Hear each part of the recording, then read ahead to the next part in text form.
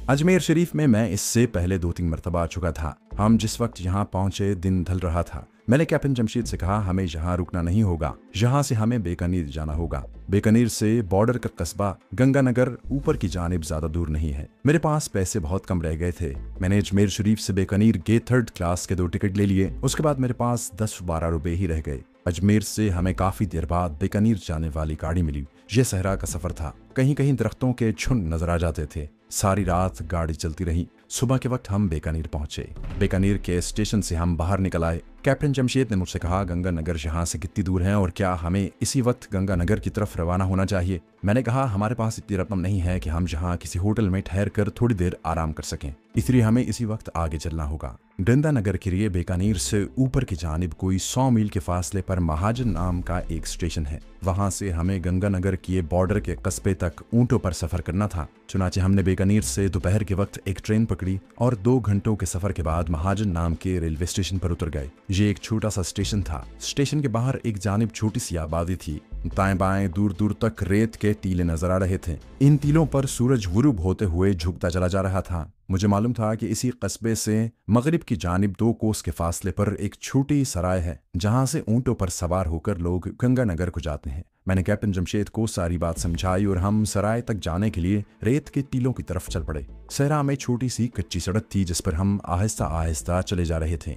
सूरज टीलों के पीछे गुरूब हो गया था और टीलों के साए शाम के सायों में घुल मिल रहे थे। सहराई शाम की खुशगवार हवा चलने लगी थी। गर्मी की शिद्दत खत्म हो रही थी। उस वक्त मुझे चंद्रिका की बदरूह का ख्याल आ गया। एक मुद्दत हुई उससे मेरा पीछा छूट चुका था। अब उसके वापस आने का कोई इम्कान नहीं था। मैंने उसके ख्याल को दिल से निकाल दिया और सोचने लगा कि मेरे पास सिर्फ 3-4 रुपए ही बाकी है। इन पैसों में मैं श्रीनगर तक तो क्या, दिल्ली में अपने आदमी कुल खान तक भी नहीं पहुंच सकूंगा। मैंने इस ख्याल को भी अपने जहन से निकाल दिया। कमांडो अगर अपने मिशन के दौरान इस किस्म की बातें सोचने लगे तो वो अपने मिशन में कामयाब नहीं होता। कमांडो हर हालत में अपने मिशन की कामयाबी के इम्कानात के बारे में ही सोचता है और वो जहां जाता है वहां जरूरी वसीले पैदा कर लेता है। अभी रात का अंधेरा पूरी तरह से नहीं छाया था कि हम एक टीले के पास छोटी सी सराय में आ गए। यहाँ कुछ ऊंट खड़े थे जिन पर तेल के कुप्पे और दूसरा सामान लादा जा रहा था। 2-3 ऊंट बैठे जुगाली कर रहे थे। मैंने शक्ल सूरत और पहनावे से राजस्थान के हिंदुओं और मुसलमानों को पहचान लिया। राजस्थान के मुसलमानों की दाढ़ियां और मूछें एक खास वजह की होती हैं। मैं कैप्टन जमशेद को लेकर कुछ फासले पर कीकर के छोटे पेड़ के नीचे बैठ गया। यहाँ एक तरफ पानी से भरा हुआ मटका रखा हुआ था। हमने उसमें से पानी पिया। खाना हम स्टेशन से खाकर चले थे। कैप्टन जमशेद कहने लगा हमारे लिबास यहाँ के लोगों जैसे नहीं है, कहीं इन्हें शक तो नहीं हो गया कि बॉर्डर क्रॉस करना चाहते हैं। मैंने आहिस्ता से कहा यहाँ लोग बॉर्डर क्रॉस करते ही रहते हैं। खतरा सिर्फ इस बात का है कि यहाँ कोई बॉर्डर सिक्योरिटी फोर्स का खुफिया आदमी ना हो। अगर उसे शक पड़ गया तो वो हमें पकड़वा सकता है, लेकिन मेरे पास रिवॉल्वर मौजूद है। इतनी आसानी से हम पकड़े नहीं जाएंगे। 3-4 देहाती आदमी ऊंटों पर सामान वगैरह लाद कर उसे रस्सियों से बांध रहे थे। सराय एक कच्चा कोठा सा था। उसके बाहर बांस के साथ एक लालटेन रोशन कर दी गई। मैंने कैप्टन से कहा तुम यहीं बैठो, मैं जाकर हालात का जायजा लेता हूँ। मैं उठकर सराय के पास आ गया। सराय के बाहर दूसरी जानिब देहाती औरतें, बच्चे और मर्द बैठे थे। शायद ये मुसाफिर थे और आगे बॉर्डर के किसी गांव जा रहे थे। एक बूढ़ा करीब ही रेत पर बैठा चिल्लम पी रहा था। मैं उसके पास जाकर बैठ गया। उसने नजरें उठाकर मेरी तरफ देखा और मजे से चिल्लम पीता रहा। मैंने कहा बाबा यहाँ से राजगढ़ को काफिला कब जाएगा? मुझे मालूम था कि गंगानगर जाने की बजाय वहां से अगर हम राजगढ़ की तरफ निकल जाएं तो राजगढ़ से एक रास्ता बॉर्डर की तरफ जाता है। यह बॉर्डर बड़ा वसी था और इंडिया की सिक्योरिटी फोर्स की जीपें थोड़ी थोड़ी देर के बाद बॉर्डर के साथ साथ गश्त करती रहती थीं। उस बूढ़े ने कहा थोड़ी देर में 3-4 ऊंट उस तरफ जाने वाले हैं। ये मुसाफिर भी राजगढ़ जाने के लिए ही बैठे हैं। तुम बाबू हो, राजगढ़ चुंगी में नौकर हो क्या? मैंने कहा मेरा भाई चुंगी में मुलाजिम है और मैं और मेरा दोस्त उसके पास जरूरी काम से जा रहे हैं। वो बोला बैठे रहो, घड़ी पल में 3 ऊंट जाने वाले हैं। मैंने सारी बात कैप्टन जमशेद को जाकर बताई और फिर हम दोनों सराय की दूसरी जानिब आकर पहले जो मुसाफिर वहां बैठे हुए थे उनके पास ही बैठ गए। जब सामान बरदार ऊंट तैयार हो गए तो दूसरे 3-4 ऊंटों पर औरतों और बच्चों को पहले बिठाया जाने लगा। उसके बाद 3 और ऊंट वहां आ गए। वहां से राजगढ़ का किराया 2 रुपए फी सवारी था। मेरे पास 6 रुपए थे। मैंने 4 रुपए ऊंटों वाले को दे दिए। हमें एक ऊंट के ऊपर 3 बच्चों और एक बूढ़े आदमी के साथ बिठा दिया गया। फिर 6-7 ऊंटों का ये काफिला राजगढ़ की तरफ चल पड़ा। इस इलाके में काफिले आमतौर पर रात को ही सफर करते हैं, क्योंकि रात के वक्त सहरा में गर्मी की वो कयामत खेज शिद्दत नहीं होती जो दिन के वक्त होती है। दिन के वक्त तो धूप में सहरा आग बरसा रहा होता है। ऊंट बड़े मजे मजे से रेत के टीलों के दरमियान अपनी मंजिल की तरफ जा रहे थे। हमारा काफिला आधी रात के बाद राजगढ़ पहुंचा। ये एक छोटा सा गांव था। यहाँ एक महसूल चुंगी भी थी। बॉर्डर से जो माल सरकारी तौर पर इधर आता था, यहाँ उसका महसूल अदा किया जाता था। चुंगी के स्टाफ के लिए यहाँ एक तरफ 4-5 छोटे छोटे क्वार्टर बने हुए थे। ये क्वार्टर मैं पहले भी देख चुका था। इन क्वार्टरों पर अंधेरा छाया हुआ था। दूसरे मुसाफिर ऊंटों पर से उतरकर गांव की तरफ चल दिए। ऊंटों को उसका मालिक हाँक कर दूसरी तरफ ले गया, जिधर उनके पानी और चारे का बंदोबस्त पहले से किया हुआ था। मैंने कैप्टन जमशेद को साथ लिया और क्वार्टरों के पीछे आ गया। जहाँ एक टीले के अतब में एक जगह खजूरों के दरख्तों का झुंड था। इस झुंड में मैं पहले भी रात बसर कर चुका था। यहाँ आकर मैंने कैप्टन से कहा, हमें रात यहीं गुजारनी होगी। हम ठंडी रेत पर लेट गए। कैप्टन कहने लगा, यहाँ से बॉर्डर मेरा ख्याल है ज्यादा दूर नहीं है। मैंने कहा, 3-4 मील अंदर की तरफ जाने के बाद बॉर्डर का इलाका शुरू हो जाता है। हम इस वक्त उतर नहीं जाएंगे। तुम बहुत थके हुए हो। हम आज की रात और कल का दिन जहाँ किसी जगह छुप कर गुजारेंगे। कल रात को तुम्हें बॉर्डर क्रॉस करवा दूंगा। जब तुम बॉर्डर क्रॉस करके दूसरी तरफ पहुंच जाओ तो मैं वापस आ जाऊंगा। कैप्टन जमशेद बोला, तुम्हें इतना तकल्लुफ करने की जरूरत नहीं है, क्योंकि बॉर्डर पर हर तरफ खतरा होगा। तुम सिर्फ इंडिया की बॉर्डर के करीब पहुंचाकर वापस चले जाना। आगे मैं खुद ही पाकिस्तान पहुंच जाऊंगा। मैंने कहा, ठीक है, जैसे तुम्हारी मर्जी। वो रात और दूसरा दिन हमने वहीं खजूरों के दरख्तों के नीचे गुजार दिया। मेरे पास जितने पैसे थे उनमें से 2-2.5 रुपए की मैं गांव में जाकर रोटियां और दाल ले आया, जो हमने खाकर अपनी भूख मिटाई। पानी क्वार्टरों के बाहर लगे हुए नलके पर जाकर पी लेते थे। जब सूरज गुरूब होने लगा तो मैंने कैप्टन जमशेद से कहा, अब हमें चल पड़ना चाहिए। इस रास्ते से मैं एक बार बॉर्डर क्रॉस कर चुका था। कैप्टन जमशेद को भी थोड़ी बहुत इलाके की शनाख्त हो गई थी। कहने लगा, 65 की जंग में हमने इस सारे इलाके पर कब्जा कर लिया था। हम रेत के टीलों के दरमियान चल रहे थे। थोड़ी दूर चलने के बाद मैं किसी टीले पर चढ़कर रास्ते का तयन करता, क्योंकि सहरा में आदमी रेत के टीलों में अगर भटक जाए तो फिर उसका वहां से निकलना नामुमकिन हो जाता है। रेत के टीले खत्म हो गए और सामने खुला सहरा आ गया। दूर हमें कुछ बत्तियां झिलमिलाती नजर आईं तो हमने उन्हें पहचान लिया। ये इंडिया के बॉर्डर की रोशनियां थीं। वहां से हम दाएं जानिब हो गए। कोई 1 मील चलने के बाद हमें जमीन में से उभरे हुए पत्थर दिखाई दिए, जिन पर सफेदी फिरी हुई थी। जो इंडिया के बॉर्डर के निशान थे। उसके आगे दोनों सरहदों के दरमियान का इलाका शुरू हो जाता था, जहां रेतली जमीन में जगह जगह गड्ढे पड़े हुए थे। मैंने कैप्टन जमशेद से कहा, हम इंडिया के बॉर्डर पर आ गए हैं। यहाँ मोहतात होने की जरूरत है। अभी हम ये बातें कर रहे थे कि दूर से किसी ट्रक की बत्तियां नजर आईं। साथ ही ट्रक के इंजन की आवाज भी आने लगी। हम जल्दी से एक गड्ढे में उतर कर छुप गए। थोड़ी देर के बाद एक ट्रक हमारे करीब से गुजरा। ये बॉर्डर सिक्योरिटी फोर्स का भारतीय ट्रक था। कैप्टन जमशेद ने मेरा हाथ अपने हाथ में लेकर दबाते हुए कहा, दोस्त, तुम्हारा शुक्रिया अदा करने के लिए मेरे पास अल्फाज नहीं है। अब तुम वापस जा सकते हो। मुझे मालूम है आगे किस तरफ को जाना है। ये सारी जगह मेरी जानी पहचानी है। मैंने कैप्टन जमशेद से कहा, इसमें शुक्रिया की कोई बात नहीं है। मैंने जो कुछ किया है अपना फर्ज अदा किया है। लेकिन क्या तुम्हें यकीन है कि जहां से बॉर्डर क्रॉस करके निकल सकोगे? कैप्टन जमशेद ने मेरे कंधे पर हाथ रखते हुए कहा, दुरुस्त, मुझे पूरा यकीन है। तुम यूं समझ लो कि तुमने मुझे पाकिस्तान पहुंचा दिया है। खुदा हाफिज। मैं गड़े में ही रहा और कैप्टन जमशेद गड़े में से बाहर निकल आया। उसने बाहर आते ही दोनों जानिब देखा। वहां बॉर्डर फोर्स की किसी गाड़ी का कोई निशान नहीं था। बॉर्डर फोर्स की जीपें और ट्रक वक्फे वक्फे के बाद गुजरते थे। आसमान पर तारे नहीं थे।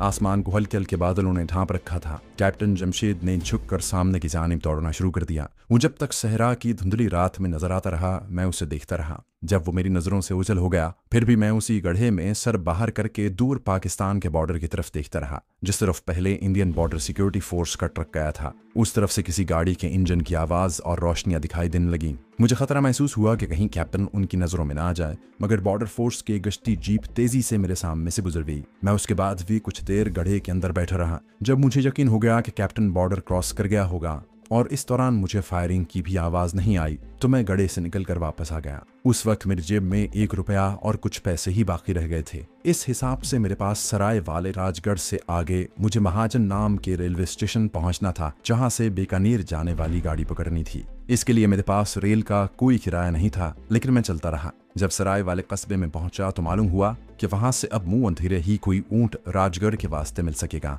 रात मैंने वहीं सराय के बाहर रेत पर लेटकर खुले आसमान तले गुजार दी। सुबह सुबह 3 बारवरदार ऊंटों का काफिला राजगढ़ से आगे बीकानेर को जा रहा था। मैंने ऊंटों के मालिक को एक कहानी घड़कर सुना दी कि राजगढ़ में किसी ने मेरी जेब से पैसे निकाल लिए हैं, अब मुझे बीकानेर पहुंचा दें और मेरे पास सिर्फ 1 ही रुपया है। राजस्थान के लोगों को मैंने बड़ा फराख दिल पाया। वो आदमी हंसकर बोला, बाबू, इस ऊंट पर बैठ जाओ, रुपया अपने पास ही रखो, तुम्हारे काम आएगा। तीसरे ऊंट पर बड़े बड़े गठरे लदे हुए थे। ऊंट अभी बैठा हुआ था कि मैं उस पर चढ़कर बैठ गया। थोड़ी देर बाद तीनों ऊंट सहरा की खुशगवार सुबह की फजा में बीकानेर की तरफ सफर कर रहे थे। बस किसी न किसी तरह मैं बीकानेर पहुंच गया, मगर उस वक्त रात गहरी हो चुकी थी और रेलगाड़ी अजमेर भोपाल की तरफ नहीं जाती थी। मैंने ट्रेन में दिल्ली तक बगैर टिकट के सफर करने का फैसला कर लिया था। सुबह के वक्त मुझे एक ट्रेन मिल गई। बीकानेर से दिल्ली तक का सफर तवील सफर था। मैंने ये सफर 2 दिन और 1 रात में मुख्तलिफ गाड़ियां बदल बदल कर बगैर टिकट के तय किया।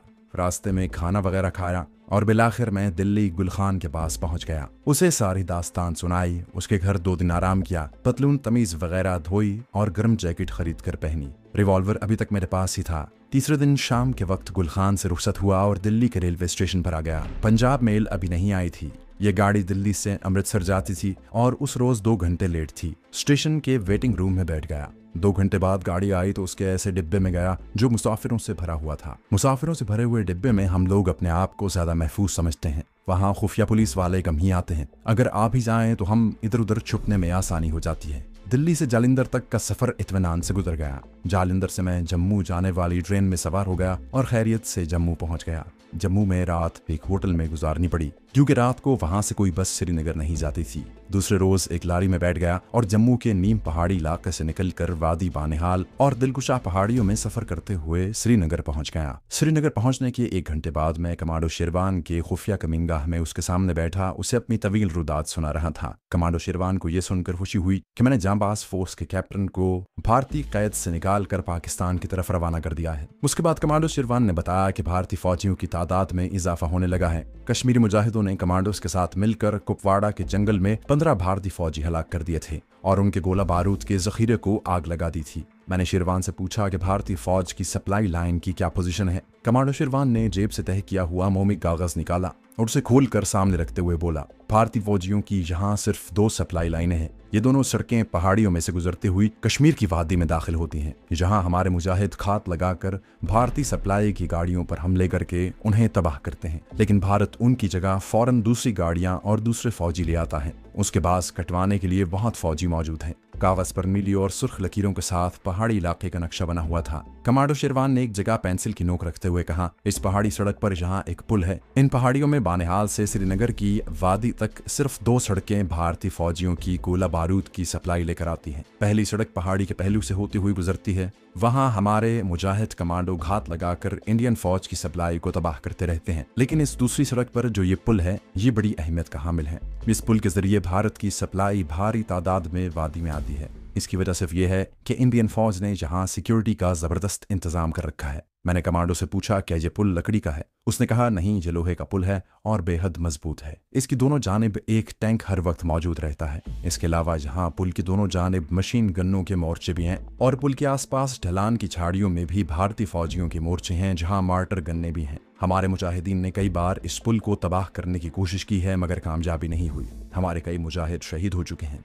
अगर किसी तरह ये पुल मुकम्मल तौर पर तबाह हो जाता है तो श्रीनगर में डिप्लॉय इंडियन फौज को उसकी सप्लाई आधी रह जाएगी। मैंने नक्शे को गौर से देखते हुए कहा, ये पुल पहाड़ियों में किस मकाम पर है? उसने मुझे पुल का पूरा हुदूद अरबा समझाया और कहा, इस पुल के नीचे कोई दरिया नहीं है। काफी गहराई में एक बरसाती नाला सिर्फ बरसात के मौसम में बारिश के पानी से भर जाता है। आजकल ये नाला खुश्क पड़ा है। पुल के नीचे भी भारतीय फौजियों की चौकियां हैं। इस नाले में से कोई परिंदा भी अगर जाए तो भारतीय फौजी मशीन गन्नों का फायर खोल देते हैं। ये पुल वादी में इंडियन फौजियों को असलहा और फौजियों की खेप पहुंचाने में बेहद अहम किरदार अदा करता है। अगर हम किसी तरह इस पुल को मुकम्मल तौर पर तबाह कर देते हैं तो ये हमारी बड़ी फतह होगी और भारतीय फौजी कमांड के लिए एक नाकाबिल तलाफी नुकसान होगा, क्योंकि जहां नया पुल बनाना बड़ा दिक्कत तलब काम है। मैंने कमांडो शेरवान की तरफ पुरएतमाद नजरों से देखते हुए कहा, कमांडो, अगर मैं ये पुल तबाह न कर सकूं तो फिर मेरा जीना किस काम का और मेरी कमांडो ट्रेनिंग किस दिन के लिए थी? कश्मीर की पहाड़ियों का ये अहम तरीन पुल एक ऐसी जगह पर वाक़ था जहां सिर्फ एक ही सड़क जाती थी।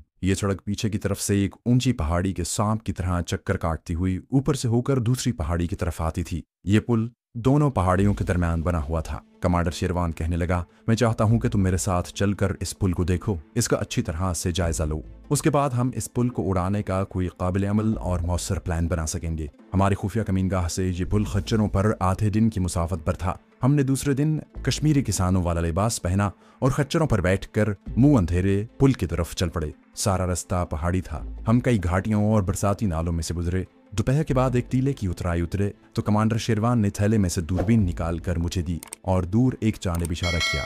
वो रहा पुल।